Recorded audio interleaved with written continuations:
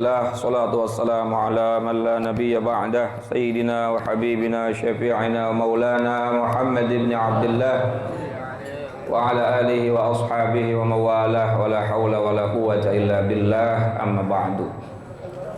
Yang mulia para guru-guru kita, Kiai Haji Dr. Anus Muhammad Ja'far, mudah-mudahan sehat afiat. Semoga Allah sehatkan dan sembuhkan penyakitnya. Juga Kiai Haji Ahmad Habibi Abdul Rashid Ramli, Ustaz Zidan, Kiai Zulfa Mustafa Muqarrab bin Yusuf, dan segenap pengurus Majelis Ukhuwah Islamiyah, pengurus Masjid Al-Muhaimin, Ustaz Abdul Haris, dan para hadirin jamaah bapak-bapak, ibu-ibu yang dirahmati dan dimuliakan Allah Subhanahu wa taala. Pada pagi hari ini tadinya mau langsung tutup doa, tapi pengurus Al-Muhaimin suruh ngomong dikit aja masalah Isra Mi'raj. Lagi Isra Mi'raj. Ya, kita terusin dikit dah. Saya ambil kesimpulan dari peristiwa Isra Mi'raj itu, ujungnya kemarin apa? Salat. Di ayat terakhir surat Thaha, Pak. Ini diantara fadilah keutamaan salat. Apa kata Allah dalam surat Thaha terakhir itu, dua ayat terakhir sebelum ayat terakhir. Bismillahirrahmanirrahim. Wa'mur ahlaka bis salati wastabir 'alaiha la nas'aluka rizqa. Perintahkanlah diri kamu dan keluarga kamu untuk mendirikan salat.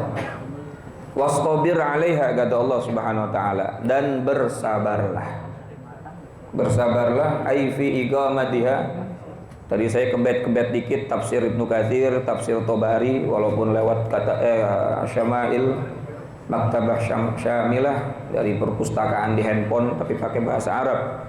Itu kata Ibnu Katsir, ai bi iqamatiha, istabir 'alaiha, itu maksudnya bersabar dalam mendirikan salat sesuai dengan syarat rukunnya, baik secara fikih ataupun secara syarat-syarat yang lain.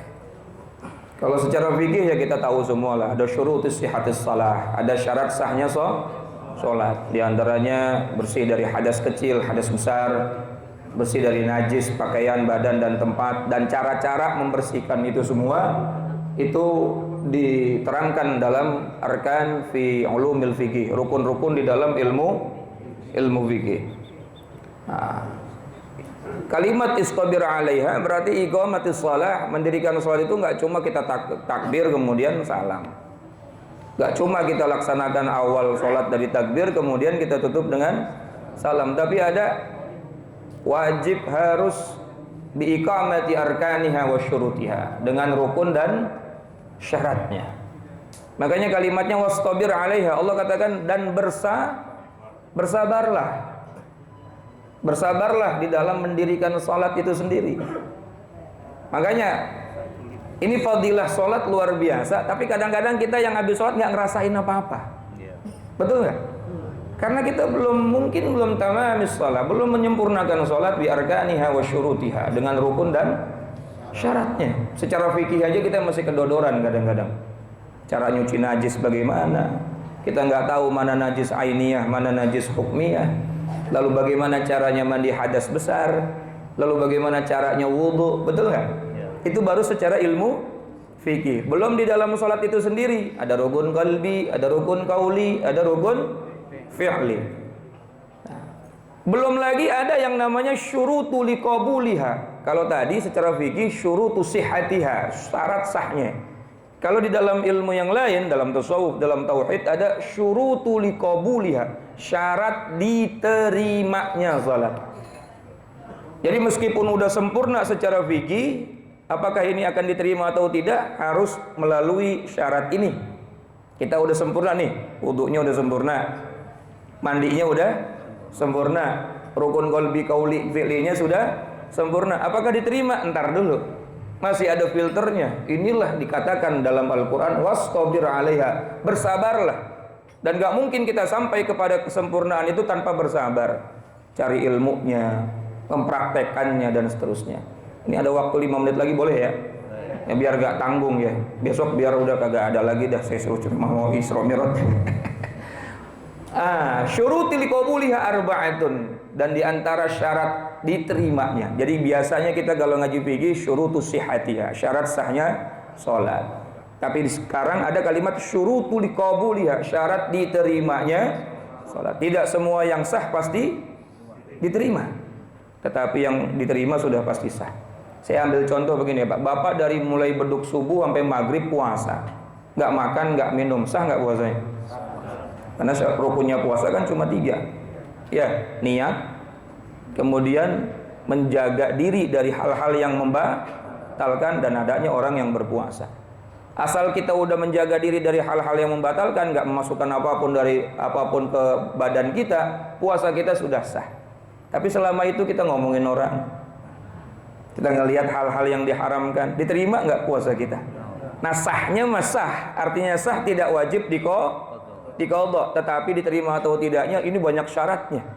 Sehingga Imam Ghazali mengklasifikasi puasa dengan tiga derajat. Ada puasanya orang awam, puasanya orang khusus, ada puasanya khusus.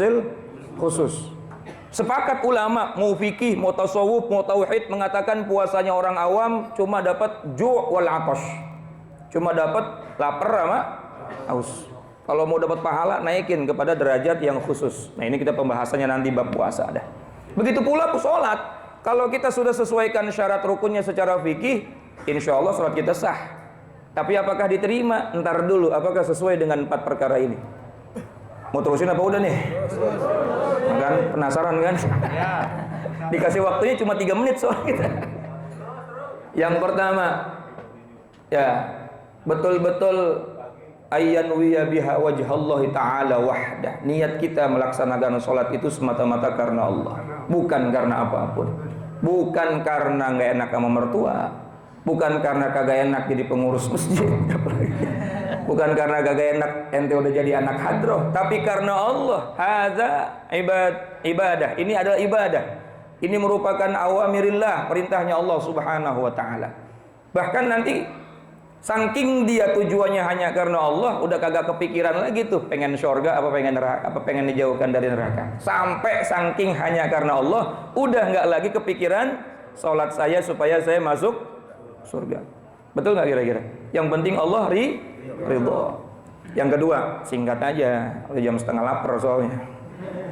Udah bukan setengah 9, setengah lapar. Yang kedua, wa ayyakuna ma'kulahu wa malbusahu wa musallahu halalan. Makanan yang kita makan, pakaian yang kita pakai, dan tempat yang kita gunakan untuk sholat, semuanya harus bersumber dari barang yang halal. Makanan yang kita makan haram, walaupun itu rukunnya udah kita kerjain, syaratnya udah kita kerjain secara fikih, peluang untuk diterimanya itu, ya kalau misalnya ini sudah ada syarat diterimanya karena tidak dikerjakan, hal-hal yang halal kita tidak indahkan, maka sulit untuk mendapatkan gobul dari Allah Subhanahu wa taala. Karena kita bisa bergerak karena ada nutrisi dalam tubuh kita. Itu terjadi karena ada yang kita masukkan ke dalam tubuh kita, makanan dan minuman kita. Maka perhatikan. Saya mau tanya, kenapa masjid ini harus wakaf, Pak? Karena biar orang yang sholat nggak pakai izin lagi. Karena syaratnya tempat sholatnya pun harus halal. Bukan cuma bersih kan urusan fikih itu ya, bersih dari najis. Tapi harus halal. Saya datang ke rumah Haji Basroin misalnya, lalu tiba-tiba saya sholat tanpa izin, nggak diterima sholat saya. Karena itu belum halal. Bahasa fikihnya gosop saya. Nah, oleh karena itu perhatikan sarana dan prasarana sholat kita, makanan kita, pakaian kita, tempat sholat kita, pastikan semuanya dari barang halal. Listrik nggak apa-apa mahal dikit, yang penting jangan nyolong. Air juga sama tuh Pak. Masa kita mau wudhu pakai air nyolong, gimana nih urusannya? Sahnya sah, tapi diterima atau tidaknya, Allahu Akbar. Nah, keterangan ini ada dalam kitab Sulamun Taufik li Sayyid Abdullah bin Husain bin Tahir Ba'alawi, disyarahkan oleh Syekh Nawawi bin Umar Al-Jawi. Yang ketiga, wa ayyahdura qalbahu fiha. Salat itu kudu hadir hatinya. Bukan khusyuk ya Pak ya. Awas nih. Bapak udah salat itu sudah khusyuk. Awas. Makna khusyuk apa sih? Saya mau tafsirkan khusyuk secara Al-Qur'an saja deh. Wasta'inu bis sabri was salah wa innaha lakabiratun illa 'alal khashi'in alladzina yadhunnuna annahum mulaqu rabbihim wa annahum ilaihi raji'un. Dan mintalah pertolongan dengan jalan sabar dan jalan salat. Tetapi kata Allah, salat itu lakabiratun illa 'alal khasyin. Sangat berat kecuali bagi orang-orang yang khusyuk. Siapa orang yang khusyuk? Alladzina yadhunnuna annahum mulaqu rabbihim wa annahum ilaihi raji'un. Orang-orang yang takut kepada Allah karena dia tahu dia bakal kembali kepada Allah dan dia bakal dimintain tanggung jawab sama Allah. Orang khusyuk itu orang takut kepada Allah. Ketika bapak nggak berani ninggalin sholat karena takut atas murkanya Allah, berarti bapak sudah khusyuk. Tetapi belum tentu bapak sudah hadir hatinya. Yang mendapatkan nilai dari Allah agar sholat kita diterima itu hadir hati, konsen, dari mulai takbir, baca fatihah, baca surat, ruku, kemudian sami Allahu liman hamidah dan seterusnya sampai salam, konsentrasi. Jangan bacaan Quran kita baca, Al-Fatihah kita baca, otak mikirin besok ngaji pakai baju apa. Nah, makannya makan apa? Berarti kita nggak hadir hati kita. Ya, jadi semua orang yang sholat itu sudah pasti khusyuk karena takut kepada Allah. Saya ambil lagi kalimat yang lain makna khusyuk. Innama yakhsyallaha min ibadihil ulama. Orang yang paling takut kepada Allah adalah orang-orang yang mengerti ilmu agama, yakni ulama. Yakhsyallah, yakni khusyuk. Nah, berarti khusyuk itu maknanya apa? Takut. Cuma orang yang takut yang mau sholat, Pak. Tapi pada saat sudah sholat supaya diterima harus hadir. Gak bisa 100%. Saya juga belum bisa 100%. 50% alhamdulillah. 30% alhamdulillah. Baru 10% yang alhamdulillah. Yang penting usahain hadir, konsentrasi. Lawong kita kalau ngitung duit aja bisa hadir kok. 1, 2, 3, 4. Betul nggak? Ciri orang hadir kan yakin, mantep. Tapi ciri orang yang nggak hadir atau ciri orang yang tidak konsentrasi, tadi gue baca Fatihah, Sirotol dibaca nggak ya? Padahal baru baca Fatihah, tapi ragu-ragu tadi baca Sirotol apa kagak? Ini 2 apa 3 nih? Ini rokaat kedua apa rokaat? Berarti pada saat dia rokaat kedua atau rokaat ketiga tidak konsen. Yang terakhir, yang keempat, wa alla ya'juba biha, saat kita mengerjakan sholat, hati-hati dengan hati kita. Jangan sampai ujub. Apa itu ujub? Bangga terhadap diri sendiri sehingga kita menganggap diri kita udah soleh, lalu kita menganggap dengan sholat kita sudah pasti masuk syurga. Sehingga ketika itu sudah terjadi, ada dalam hati kita, merasa kita udah soleh, lalu kita meremehkan orang. Sholat itu berat, tapi ketika kita ngelihat ada orang nggak sholat kemudian kita merasa lebih baik dari orang tersebut, itu lebih berat, Pak. Ngaji itu berat, apalagi subuh-subuh kayak gini. Tapi ketika kita keluar masjid ngelihat ada orang kagak ngaji, kita ngerasa dalam hati kita, mendingan juga gua ahli sorga pulang ngaji. Nah, ini yang bahaya.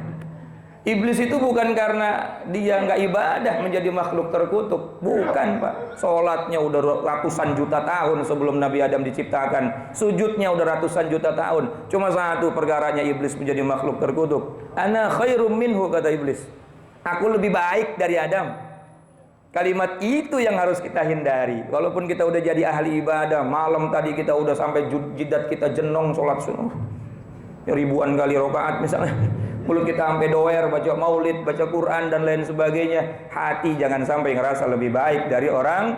4 perkara yang bikin ibadah kita diterima. Karena Allah, perhatikan makanan, pakaian dan tempat harus semuanya bersumber dari barang halal. Yang ketiga, usahakan hadir dan konsentrasi. Dan yang keempat, jangan sampai kita punya sifat ujub, merasa bangga diri dan meremehkan orang lain.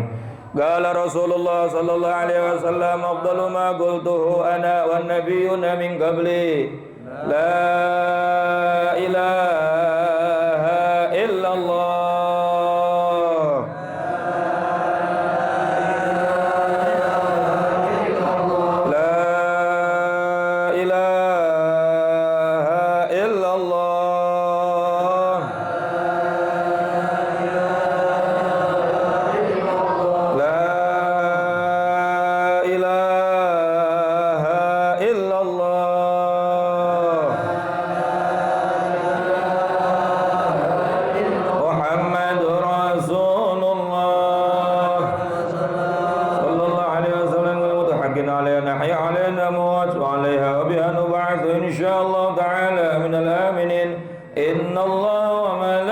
وملائكته يصلون على النبي يا أيها الذين آمنوا صلوا عليه وسلموا تسليما اللهم انفعنا بما علمتنا رب علمنا الذي ينفعنا رب فقهنا وفقه أهلنا وفقه من حضر في مجلسنا بحق يا عالم يا فتاح يا وهاب اللهم نور قلوبنا بنور هدايتك كما نورت الأرض بنور الشمس والقمر أبدا أبدا اللهم فقهنا في الدين وعلمنا تأويلا وافتح علينا بفضول العارفين يا مولانا يا مجيب يا حضر لا يغيب توصلنا إليك بالحبيب تقضي حاجاتنا قريب حاجات الدنيا بالميسرة وحاجات الآخرة بالمغفرة اللهم بارك لنا في شعبان وبلغنا رمضان اللهم بارك لنا في شعبان وبلغنا رمضان اللهم بارك لنا في شعبان